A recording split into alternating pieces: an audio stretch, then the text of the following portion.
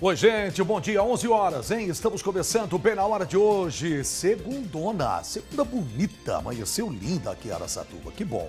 Semana começando, que a nossa semana seja abençoada, repleta de coisas boas. Hoje a gente vai abordar aqui um assunto sério no Bem na Hora, que é saúde mental. Estamos no janeiro branco, eu tô até com um botão aqui, tá? Mês dedicado à reflexão sobre a vida, o sentido dela, além da qualidade dos relacionamentos, pensamentos e emoções. Nós traremos o depoimento de quem já enfrentou doenças da mente, como a depressão. Estamos quase finalizando o mês de janeiro, mas desde o dia 1º desse mês, psicólogos e profissionais da saúde de todo o Brasil estão levantando discussão e promovendo a importância da saúde mental e emocional. É o chamado Janeiro Branco, que é o mês dedicado a reflexões sobre o sentido da vida. O objetivo dessas discussões, gente, é assim, sensibilizar mídias, as instituições sociais, públicas e privadas, assim como poderes públicos e privados sobre políticas de valorização da vida. E o Bem na Hora não ia ficar de fora disso de maneira nenhuma. Se é uma campanha do bem, é com a gente. E para falar um pouco mais sobre o assunto, nós convidamos o psicólogo, teólogo Adelmo Aparecido de Almeida, que é organizador do movimento Janeiro Branco aqui em Araçatuba. Que bom que você veio, Adelmo. Tudo bem? Bom dia. Bom dia, Carlos. Como vai, querido? Tudo em paz? Tudo em paz. Que bom ver você aqui, fico muito feliz, viu, para a gente falar um pouquinho sobre esse assunto que realmente é muito complexo, né? A depressão, de fato, é causadora de situações que levam a pessoa ao desespero. Uma pessoa num estado depressivo, dependendo do grau dessa depressão, ela também associa a outras comorbidades, outras doenças, né? A gente chama de comorbidade, doenças, transtornos relacionados também à depressão. Na verdade, o Janeiro Branco foi uma proposta idealizada por um psicólogo chamado Leonardo Abraão. Ela nasceu em Minas Gerais, na cidade de Uberlândia, e ela começou lá com um projeto lá acontecendo e ela tomou grandes proporções. Hoje nós temos o Janeiro Branco em alguns países. Alguns estados ela já é lei estadual, né, decretado como lei estadual, o mês de janeiro para a promoção dessas atividades. Nós conseguimos, em contato com o Leonardo, trazer o Janeiro Branco para Araçatuba. O vereador Lucas Zanata já protocolou um projeto de lei para que se torne também um projeto de lei municipal, o mês de janeiro voltado a essas políticas. O objetivo do Janeiro Branco é justamente isso, porque existem muitos mitos, muitos estigmas, muitas compreensões equivocadas acerca quando se fala de saúde mental. Quando se fala de saúde mental, logo se pensa em loucura. E saúde mental e emocional vai além disso. Quando nós falamos de saúde, nós falamos, a OMS, a Organização Mundial de Saúde, vai definir saúde como bem-estar completo nas áreas social, mental e biológica. Essa é a definição de saúde. Então, a saúde emocional é muito importante para que esse sujeito tenha uma qualidade de vida. Então, qualquer dificuldade que esse sujeito enfrenta e não saiba lidar com essas questões, pode levar ele a uma situação difícil. Dá para enumerar algumas doenças mentais, assim, que você, de repente, está aí na sua mente? Você pode falar, olha, tem realmente essas doenças que são aquelas que são mais preocupantes. A depressão eu sei que é uma das mais preocupantes, mas tem outras também doenças da mente, né? Dentro do estudo das doenças, que a gente chama de patologia, né, o estudo que se volta a conhecer as doenças, existem inúmeros transtornos. O DSM, que é o que cataloga esses transtornos, vai definir isso. Nós temos as três grandes, talvez maiores, que são as depressivas, né? Os transtornos que a gente chama de depressivos. Tem os transtornos de ansiedade e tem os transtornos maníacos. Surgem outros transtornos, né? Por exemplo, hoje está muito a questão dos transtornos relacionados aos transtornos alimentares, que é a questão voltada à alimentação, essa questão da obesidade, todas essas doenças relacionadas à questão da alimentação. Então são vários os transtornos que surgem e cada vez mais transtornos estão sendo. Esquizofrenia, nós temos os transtornos obsessivo-compulsivo, que a gente chama dos TOCs, né? Nós temos os TDAHs. Então são muitos os transtornos que surgem. E esses transtornos têm levado as pessoas a entrar em circunstâncias difíceis. E você estava me dizendo assim, o que faz as pessoas não procurarem, talvez, por exemplo, profissional? É porque as pessoas, existe essa questão desse estigma, desse preconceito com relação à saúde mental. Agora, eu quero aproveitar para te perguntar o seguinte: como é que a pessoa deve fazer? Eu estou falando do que é a doença, mas o que é que a pessoa deve fazer para ter uma boa saúde mental e emocional, para ter esse equilíbrio? Então, Hernandes, uma discussão muito grande que existe dentro do nosso meio, na ciência, é a grande questão que se trata de como que a gente vive essa vida. A gente chama de vivemos uma sociedade que está coisificando as coisas. Um dos slogans do Janeiro Branco é assim: a vida não é só boleto. Então as pessoas no afã, devido às exigências do mercado financeiro, dessa pressão que existe sobre nós, as pessoas cuidam muito de buscar as coisas materiais e esquecem que nós somos sujeitos bio, psico, social e espiritual. Então nós temos todas essas instâncias. Eu uso uma metáfora bem bacana para que as pessoas entendam assim. Você tem um veículo e quando você utiliza esse veículo, ou ele dá um problema no seu veículo, se dá um problema na parte mecânica, você leva no mecânico. Se for um problema com relação ao pneu, você vai no borracheiro. Então, as pessoas, elas têm essa dificuldade. Uma grande questão que a gente tem que desconstruir com o Janeiro Branco é exatamente isso. As pessoas precisam entender que existe um lado emocional e que esse lado emocional pode afetar todas as outras áreas da vida, inclusive as áreas físicas, biológicas. 70% das doenças hoje de ordem biológica, ela é associada anteriormente a uma questão emocional. Então essa doença emocional que a gente chama de psicomatização. Okay. Então é muito importante desconstruir isso. A gente precisa cuidar do ser humano como um todo. Por isso a importância de todos os profissionais trabalharem interligados e dar essa consciência à sociedade. Legal, Adelma. A gente vai continuar falando com você já já. Daqui a pouquinho eu volto. No próximo bloco eu volto com um depoimento emocionante de um homem que já enfrentou a depressão por 2 vezes. Você não pode perder. É daqui a pouco. Que coisa boa. O Adelmo, deixa eu te mostrar. A gente vai rodar uma matéria agora e eu gostaria muito que você pudesse ver com atenção. Vamos ver juntos essa matéria. A nossa produção achou uma história para simbolizar o que estamos falando hoje aqui. A depressão.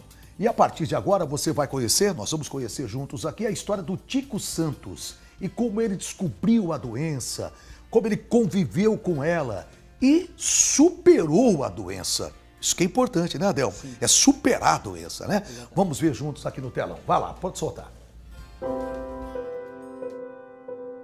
Primeira vez eu estudava em São Paulo e estava longe dos meus pais, né, longe da família toda. Eu sou uma pessoa muito família. E aí eu nunca, até meus 18 anos, 19 anos, eu nunca tinha me apaixonado na minha vida. Era sempre farra, né? Era a minha sina. E aí nesse meio termo eu me apaixonei por uma garota perdidamente, né? E como grande primeiro amor, tomei um pé na bunda, né? E o término desse relacionamento me deixou muito triste, assim, porque foi a primeira vez que eu consegui me entregar para alguém e teve aquela sensação de vazio na sequência. E aí foi uma sensação muito ruim, e aí longe da família, e aquela sensação de solidão, né, de perda, foi muito grande. Eu não consegui lidar com aquilo. Meus pais conseguiram um psicólogo para mim lá em São Paulo, né? E durante mais de 1 ano eu me tratei com o psicólogo, acompanhamento médico e remédio tarja preta. Só que foi, assim, aí tem um agravante, porque eu tenho uma tendência suicida, então é difícil. A depressão, eu falo assim, ninguém consegue enxergar a depressão e acha que é frescura, acha que é bobeira. E na verdade a depressão é uma doença muito séria, que independe da tua vontade, independe do teu querer, independe de você querer estar ali, né? Na verdade você não quer. É uma luta constante com o seu eu. É uma luta para você se libertar de uma sensação muito ruim, de uma prisão do teu próprio corpo. Você vira um zumbi. Essa é a minha opinião sobre medicamento para depressão. Ele te bloqueia, mas ele te bloqueia de tal forma que você fica sem sentimentos, sem expressão, sem vontade sem vontade. Você não tem vontade de sair para fazer uma caminhada, você não tem vontade de sair para dançar, você não tem vontade de sair para namorar, você não tem vontade de nada. Você vira um zumbi. Então, na verdade, qual que é a sua função? Eu tenho que ir lá almoçar. Você vai lá, almoça, volta para a cama. Então, na verdade, a sensação física da depressão é uma falta de vontade sem tamanho, inclusive de viver. Porque por 2 vezes eu tomei medicamento a mais para poder ver se dava fim à minha dor. Foi pelo uso do medicamento, e aí eu acho que com o tempo a sensação do vazio, a sensação do não querer viver, ela foi se distanciando, né? Então, na verdade, acho que foi o tempo. Mas eu falo assim, é um tempo muito doloroso e muito longo, né? Um dia não tem 24 horas, tem muito mais, né? Porque demora a passar. Eu achei que não iria cair novamente nessa situação, porque eu achava que eu já tinha um controle da minha vida, né? E então depois, em 2005, eu me casei, né? E o sonho da minha vida sempre foi ter filho. E em 2014, meu filho estava com 3 anos e a gente se mudou o nosso escritório para a nossa casa e começou a fazer uma reforma aqui. E no segundo dia de reforma, uma chapa de ferro caiu sobre o pezinho dele, quase decepando um dos dedos.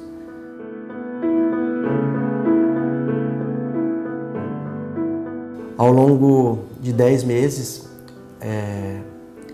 a gente passou por 14 médicos. Então, por 16 dias, a gente queimou o dedinho dele com ácido. Um processo super doloroso. Meu filho não podia olhar no meu olho que ele fugia de mim, né? E doía. E aí eu te falo, para quem é pai, para quem é mãe, a dor é muito maior. A dor é muito maior. Olha, doer na tua pele é fichinha perto de doer no teu filho. Então foram 10 meses assim muito preocupantes, né? A hora que a gente conseguiu resolver, meu filho passou por 2 cirurgias. A hora que a gente conseguiu resolver, eu adoeci, né? Porque eu fui forte para minha família até onde eu consegui ser forte.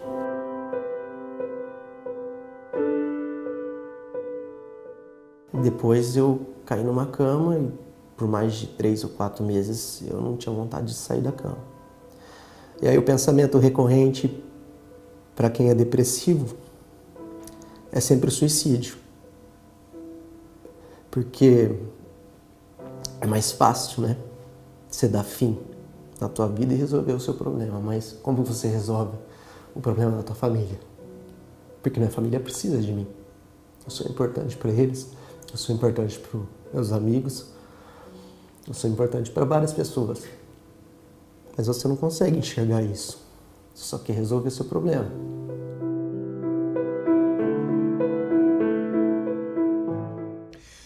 E aí, Adelmo, esse é um relato que é real, né? Real. Da vida real. Real. É isso mesmo a depressão? Exatamente isso. As pessoas cotidianamente enfrentam essas questões, ao ter dificuldade em lidar com elas, entra num estado depressivo. Que coisa, gente. Bom, mas agora, quero que você acompanhe comigo, nós vamos ver como o Tico conseguiu superar a doença.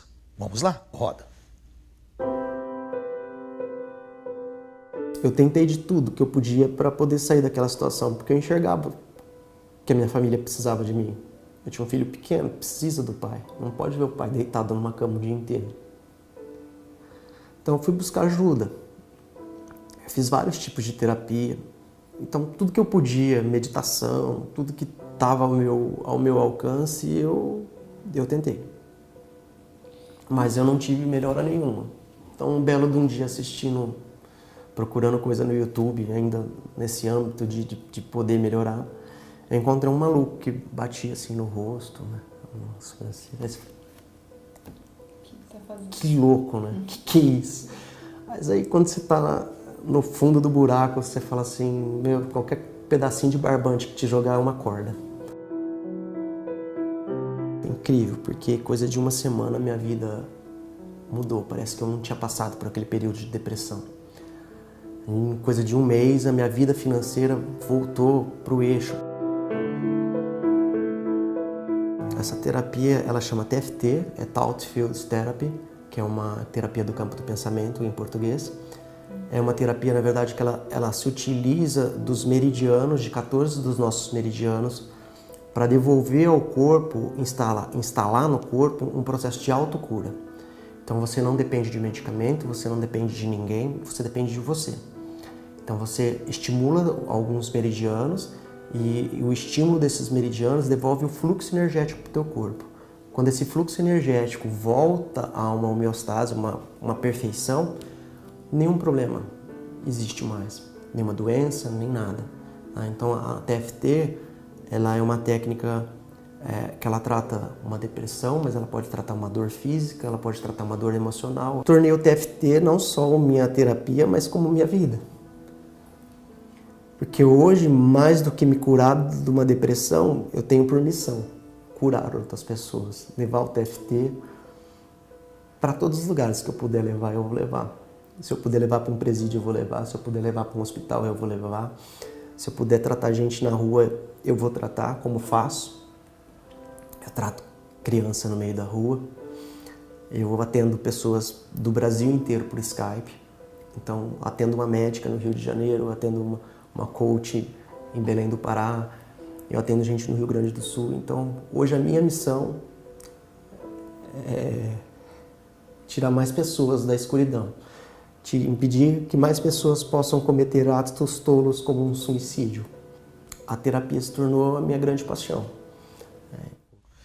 Pois é, gente, olha só, ele conseguiu vencer por uma terapia. Sim. Isso é importante. Aí não usou medicamento, né, Adelmo? Sim, nós questionamos muito a questão da medicalização sem um diagnóstico mais profundo.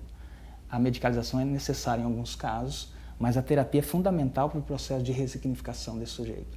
O caso dele é o caso muito comum em que as pessoas têm dificuldade em lidar com algum tipo de perda. Uhum. E aí o processo terapêutico vai fazer com que a pessoa perceba essa dificuldade, entenda, enxergue outras possibilidades da vida. Porque a tentativa de suicídio e essas coisas se dá quando o sujeito e a vida a ele perde o sentido. Ok. Adelmo, muito obrigado. Eu sei que esse é um tema que dá pra gente falar muito ainda, tinha muita coisa pra gente falar, mas o nosso horário terminou. Sim. Então, muito obrigado por você ter vindo, agradeço muito.